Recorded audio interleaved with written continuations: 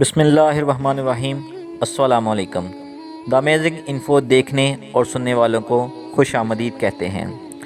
دوستو، بچوں میں، بڑوں میں، مردوں میں اور عورتوں میں یرقان جیسی بیماری آج کل عام ہے، اور یرقان کے علاج کے لیے خاصی رقم درکار ہے، جس کو غریب بندہ تو بالکل بھی افورڈ نہیں کر سکتا۔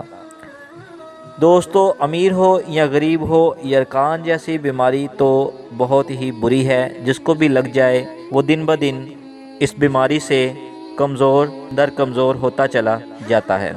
دوستو، یرقان کی علامات میں سے کچھ علامات میں آپ کو بتانے جا رہا ہوں، جیسا کہ آنکھوں کا پیلا ہونا، پیشاب کا سرسوں کے تیل کی طرح پیلا ہو کر آنا، اور معدے میں بوجھ بنا رہنا، کچھ کھانے کو جی نہ کرنا اور قے آنے کو کرنا۔ دوستو، یرقان کی کچھ علامات جو کہ میں نے آپ کو بتائی ہے، تو چلیے یرقان کا روحانی علاج آپ کو بتائی دیتے ہیں۔ ویڈیو کی طرف جانے سے پہلے ہماری آپ سے یہ درخواست ہے کہ اگر آپ ہمارے چینل پر نئے ہیں تو ابھی ہمارے چینل کو سبسکرائب کریں اور ساتھ میں بنے بیل کے آئیکن کو بھی کلک کر دیں۔